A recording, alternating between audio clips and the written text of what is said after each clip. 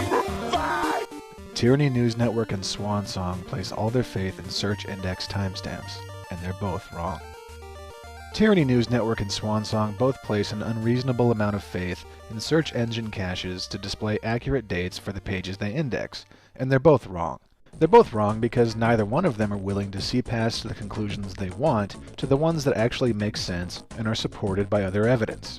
Let's let Tyranny News Network break it down, and we'll get to Swansong second. There is evidence of foreknowledge of the purported shooting that took place in Sandy Hook.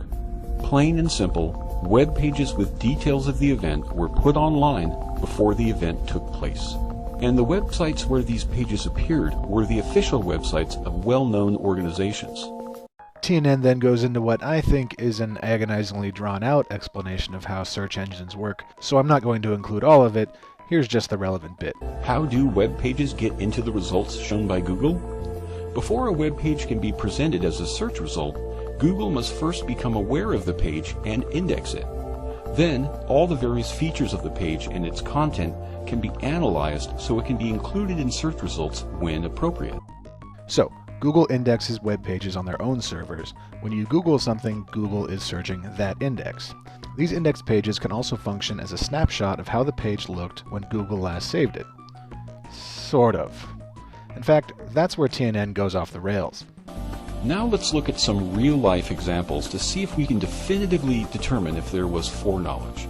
And we'll begin with a smoking gun example that would stand up in court. It all began when the website for the Arlington Red Devils posted a web page on their site with a link to a document entitled "A Guide on How to Talk to Children About Sandy Hook." The guide was originally published by Crisis Management Institute. The date of the article shown on the page itself is 12/10/2012. The URL of the page also includes that date. As we just outlined, the only date that we can truly rely on to tell us when the page was last accessed by Googlebot and indexed is the date it was cached, or the cache date. To see that, we simply find the cached link for the page, and when Google's cached version of the page loads, that date will always appear in Google's disclaimer box right at the top of the page. So going through this process after almost 2 years would likely show a much more recent date. But thankfully, many people were curious enough in the days immediately after the event to grab a screenshot of what the page looked like back then. And those screenshots show Google's cache date for the page as 10/13/2012, 1 day prior to the actual event. Now, I think right here is where a lot of reasonable people already step off the hoax train, because obviously, any nefarious conspiracy like TNN is alleging has taken place, the uncovering of which would expose the conspirators and ruin all of their hard work, would involve the least amount of people possible, simply to manage the risk that anything could go wrong or that anyone would leak the truth. So why on earth would you involve the web page for the Arlington Devils? By the way, that's Arlington, Ohio, not Virginia, a farming community of maybe 1,600 people, in on your extremely important yet highly fragile scheme to disarm America. The suggestion is so ridiculous that by itself, it's enough to show most people that TNN and his gang of hoaxer misfits are just living in a fantasy world, devoid of logic and absent any responsibility to back up their own claims with rational thought and logic. But hey, I'm not most people. Let's give this gentleman his chance to speak. So, let's add it up and see what we have here. Disregarding the content of the web page itself, which we've learned can be changed over time, we start with the URL of the page. As you can see, the URL contains the phrase, "talking with your children about the Sandy Hook tragedy." That can only be a specific reference to the Sandy Hook shooting event. Next, we see that Google reports a cached date of 12/13/2012 for that URL. Remember, URLs can't change or Google considers it a new page. And I might add that just because we see clear evidence that Google had last indexed the page on the 13th, it's very possible the page had been indexed earlier, say the 10th, at which time Google's cached date would have shown the 10th. Case closed. Here we have an irrefutable example of foreknowledge of the event by at minimum 1 day. Yeah, it's irrefutable. Case closed. It's not even necessary to consider counter-arguments. It's that good. Now let's see how this simple bit of deduction was extrapolated into a book-length investigation that, despite its length, never came to this conclusion.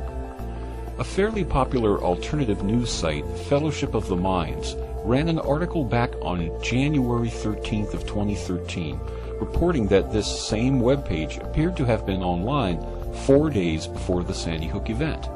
The article caused a stir and racked up many comments. But a few days later, an update to the article was added, explaining that many comments had been received, but one in particular, from a person named Peter Offerman, seemed to provide more insight. So Peter's comment was featured, which began an odyssey of endless technical jargon. This first article garnered 167 comments before comments were closed. Many of those comments were chapter-length diatribes by Mr. Offerman that danced around the technical details of everything from blogging systems to web servers, each promising to provide the conclusive evidence in the next issue. This went on for a further 3 articles and nearly 200 further comments. It was clear to me when I posted a comment to the first article that Mr. Offerman was clearly attempting to confuse the issue and doing a very good job of it. The owner of the site, who happens to have penned the 4 articles, was likely dazzled by the display and unfortunately taken for a ride. But the evidence was clear. Everyone's familiar with the United Way. I guess the evidence is so clear it's not even necessary to present it. Just change the subject to the United Way? No. The thread TNN describes was indeed primarily one guy named Peter losing his mind. TNN has that part roughly correct. What he completely leaves out is the other side of that conversation, a guy named Jeremy trying to talk some sense into Peter. Jeremy just so happened to be the owner of the web marketing company that built the Arlington Devils page that is in question, knew how it worked, and had access to its web analytics tools. He carefully tried to explain to all the hoaxers there that they didn't know what they were talking about, didn't understand how Google caches work, and that the page in question was created on December 17, 2012, 3 days after the Sandy Hook shooting. Eventually, and quite understandably, he got so fed up with the wall of irrational jabbering he encountered there that he uploaded this video, showing the Google Analytics he had access to, which 100% supports and explains the December 17th publish date.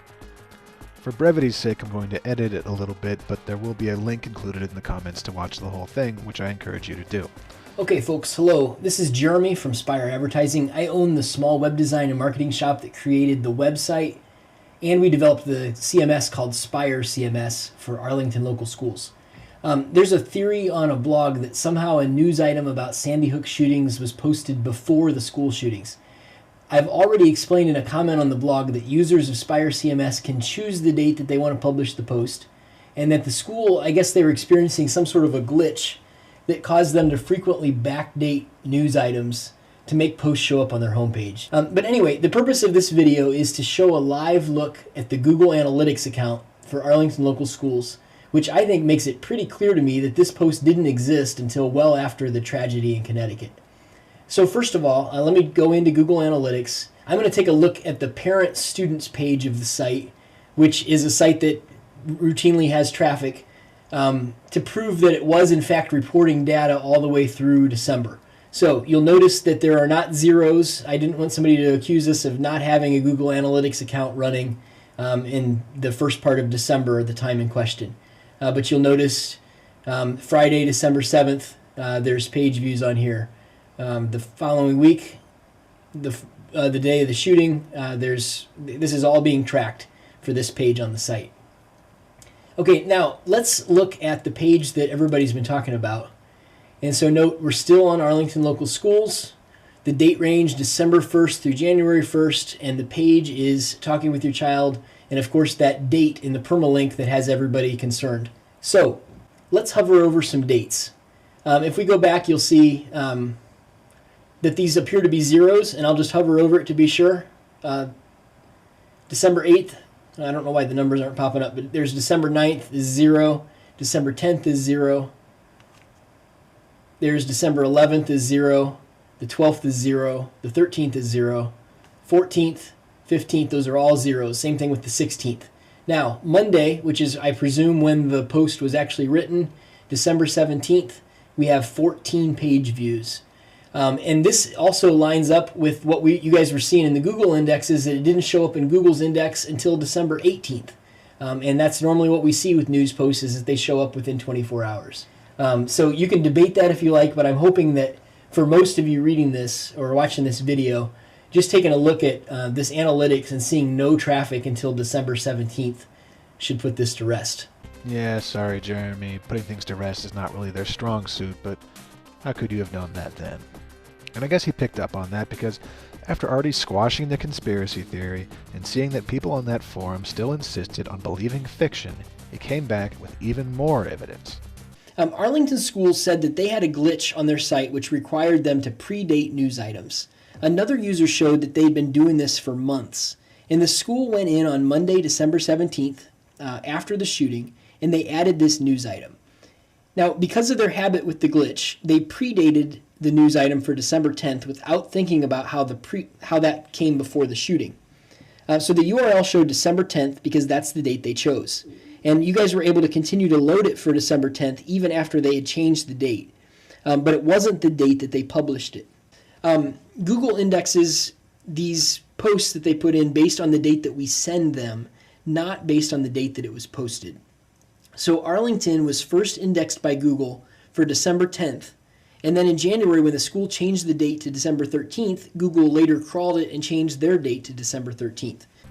Now that was back in February 2013, and TNN is still pretending that the Google cache date before the shooting was accurate. And in kind of a contradictory way. I mean, is he insisting that the Google cache date is correct, but the Google Analytics data which contradicts it is not? Which one is wrong? I guess the only way to really know would be to ask the Google engineers themselves, huh? Anyway, TNN just switches to talking about a different Google cached website and does a halfway decent debunk of himself by the time he's done. Everyone's familiar with the United Way, and it's not surprising that they established a fund to solicit donations for those impacted by the Sandy Hook event. But it appears they too jumped the gun on the event and published their webpage advertising the fund well in advance of the event. In the case of the United Way, a page was noted in the Google search results entitled Sandy Hook School Support Fund and was published to their website for the Western Connecticut region. Unfortunately, I couldn't locate a screenshot taken early enough showing Google's cache date for the page. However, we do see Google's document date of the page shown as December 11, 2012. This isn't definitive since Google may derive that date from the page content, which is subject to change. Since the document date of 12/11/2012 isn't definitive proof of foreknowledge, we need to dig deeper. The United Way has responded to allegations of foreknowledge and flatly rejected them. But this is where it gets interesting. Subsequent to that, a public relations firm contracted by the United Way forwarded an email to the Daily Caller from an engineer at Google reading as follows. This is a technical glitch on our end. The date Google's search engine first saw the page was 12/14/2012 at 6:58 p.m. We're looking into a fix, but it may take some weeks. So there you have it. Google's cache data is of course not perfect, and Google engineers confirm that everything TNN is saying is wrong.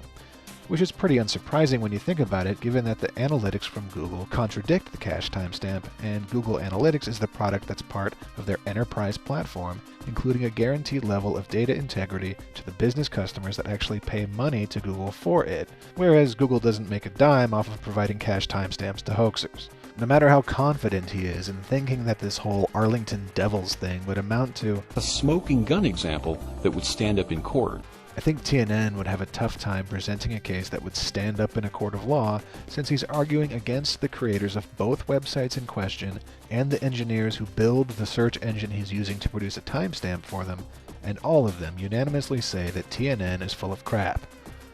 I mean, what is TNN going to say to these guys in cross-examination? Being somewhat of an expert in these matters, I can say that this explanation is utterly ridiculous. In fact, I find it very difficult to believe that a Google engineer would make such a claim. But given that this is presented as the official explanation from the United Way's perspective, Let's see if there's any other evidence that would support that. Supporting evidence? That actually sounds really good. As shown right on the page in question, the United Way Fund was actually established by the Newtown Savings Bank. We know from the Google engineer's statement that the web page soliciting donations for the fund was indexed by Google on 12/14/2012 at 6:58 p.m., the very evening of the event. How much earlier than that time was the page first put online is unknown. But in any case, one has to wonder how it was possible in such a short time to first receive those countless requests, come up with the concept for the fund, meet to plan the whole thing, establish the bank account to collect those donations, coordinate with the United Way, determine the slogans and taglines for the campaign, create the artwork and the web pages themselves, and finally to get all of that up and running online. If it were possible at all, it would be a world record. Alright, I guess TNN isn't very big on charitable giving because he doesn't seem to have even a basic idea of what the United Way actually does. They're an organization that is frequently relied upon in the wake of disasters, both natural and man-made. They're relied upon by the victims of those disasters in the crucial window just after the disaster, when visibility and thus donation potential is highest, but the financial and marketing logistics are not there yet to receive those donations. Hence the countless requests. So these first 5 steps about developing funds and establishing accounts, that's their job. That's what the United Way does. They do exactly that as quickly as possible. They do it every day. But admittedly, the United Way probably would not have campaign materials and artwork specifically ready to go for Sandy Hook Elementary School, or else that would indicate a conspiracy. TNN's got me there. So let's look at what the Sandy Hook Fund's webpage looked like on December 15th, the day after the shooting. We're going to use the Internet Archive, also known as the Wayback Machine, which, unlike the Google cache, is built specifically for this purpose. Not that it's perfect either, but it's certainly the appropriate tool for the job. And just make sure you're sitting down for this amazing graphical display. Yep, a couple paragraphs of text and no graphics. How long do you think it would have taken the United Way, who do this professionally, to put together this website? Exactly. So yeah, that's all TNN's got. If you still believe that any of this cache timestamp stuff holds water, I don't know what to tell you. I don't know who would publicly admit to such abject gullibility. My nickname is Swansong. Oh, right. This was a 2-for-1 deal. Okay, I'll try to make it quick. An online article from the Newtown Bee was posted December 14, 2012. While studying the anomalous article, a Bing cache date was noted. That's right, Swansong is running basically the same scam as TNN, just swap Google for Bing and the Arlington Devils for the Newtown Bee. Any rational adult would immediately understand that Bing's cache is just as susceptible to error as Google's, but hey, he's waited patiently. Let's let the kid talk. Studying the anomalous article, a Bing cache date was noted. A cache date of December 13th, 2012, the day before the event. A shocking discovery, to say the least. He also takes issue with the content of the article the Newtown Bee published, and while everything he says about that is indeed very stupid, it's not the stupid thing that we're focusing on here today. Mr. Song himself notes that the only important characteristic of the article is really its Bing cache date. The greatest mystery of all, and perhaps the only bit of information that could make sense of this mess, is the Bing cache date of December 13th. If the cache date was found to be correct, it would be monumental, as it would prove foreknowledge of the event. In an attempt to confirm the validity of the Bing cache date of December 13th, I contacted Bing. Unfortunately, they have no number to call, so all correspondence was done by email. After 7 months of correspondence, I finally got my answer. Leonard, a Microsoft customer support member, stated the following. I understand that you wanted to know the accuracy of the last crawl date that you were able to see from the cache page from Bing. To directly answer your question, the date setting which the web crawler shows on the cache page is accurate. And this is where I get an impression that TNN, for all his faults, is actually smarter than Swansong. At least TNN quoted a Google engineer, even if TNN didn't believe what he said. Swansong is quoting a tech support rep and believing everything they say. Not to make fun of them for having the job, things are tough out there, but a Microsoft support rep knows about as much about the intricacies of Bing's archive bot as the drive-thru attendant at Arby's knows about the genetics of cattle. It's not their fault, really, it's Swan's for asking them without studying any of the issue himself. In fact, that seems to be his MO. Join a forum, ask random people on the internet if they know if what he is claiming is right or wrong.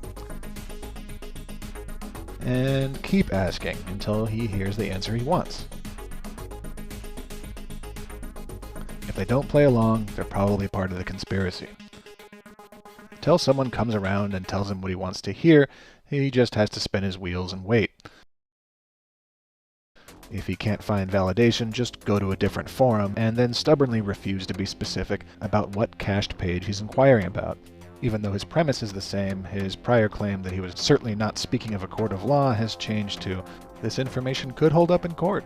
Apparently, when Mr. Song is unable to find evidence to support his claims, his confidence somehow increases. This time, even though he never even mentions the word Sandy Hook, the results are the same. No one will tell him what he wants to hear, but he finally announces that he no longer needs their help. He's finally located another contact to look at the case and corroborate what the Microsoft report rep said.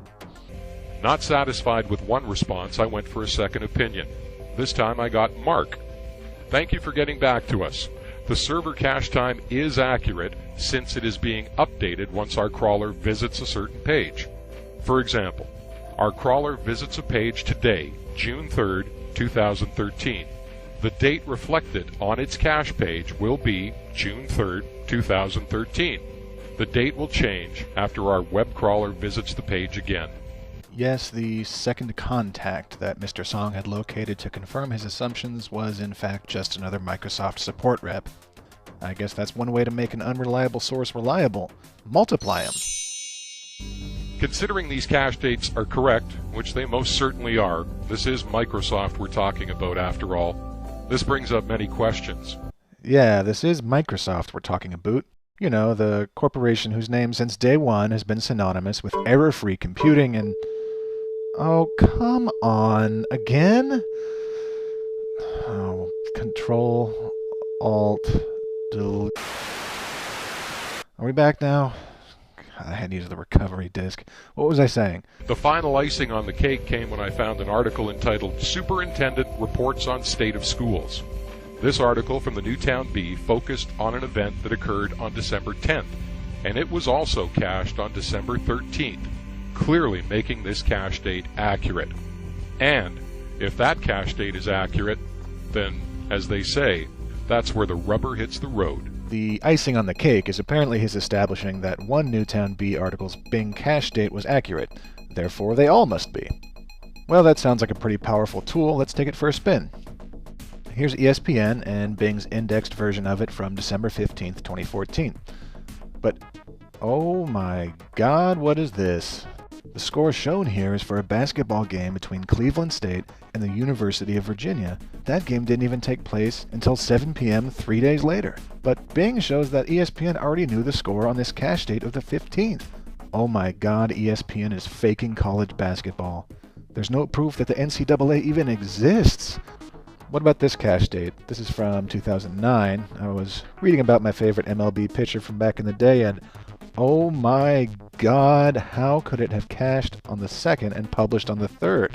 And this advertisement for Saints Row, that video game wasn't even announced until 2014.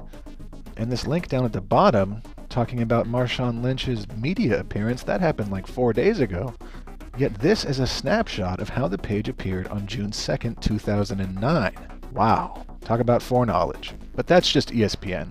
Let's take a look at the upper echelon of the New World Order propaganda machine, the Newtown Bee. Here's a page from June 10th, 2013. The Bing cache date was the same day, but... Oh my God! How did the Newtown Bee know about this lawsuit that wasn't even filed until over a year later? What about this other page, cache date December 30th? How did Bing have a copy of this page on the 30th when it wasn't even published until the 31st? That had to have been a time zone thing. This page was cached 1 day before it was published too. But not only that, Oh my God! Bing also got the update at 6 p.m. the day after it was cached. Okay, maybe there's a more plausible explanation for this, and it's that the Bing cache, like the Google cache, isn't built to provide snapshots of exactly how a page looked. The cache is just an index of some of the data that made up the page so that the corresponding search engine can pull from that data when a search query is received. These independent bits of code don't know what the other bits are up to or what has changed since the cache date, and they certainly don't feel any obligation to Bing to display correctly in its cache. And why should they? That's not what a search engine cache is for. Bing bot's only purpose is to archive what will produce the most useful search results when someone uses Bing, and that's all the cache is supposed to reflect, which is made clear when you visit a cached page. It's not a forensic tool for establishing concrete dates for what data existed when. And since the Bing cache is not a record of exactly what the Bing bot saw, but instead is what the Bing bot decided to save and how it decided to save it, it will reflect any attempt its programming made to improve or standardize the data so that Bing search can use it internally. That includes automated attempts to guess what a webmaster is trying to tell Bing, and of course that process is not perfect. That's why they keep changing how the bot works. Or as Google put it, This is a technical glitch on our end. We're looking into a fix, but it may take some weeks. So bottom line, these search engine cache dates that you guys are holding up as irrefutable do not meet that standard. They were never intended to. A timestamp is not a time machine, and as long as you're looking for an error, taking it as gospel, and building your worldview outward from that false premise, you're going to drift further and further from reality. You're just going to confuse yourself more and more. Think about it.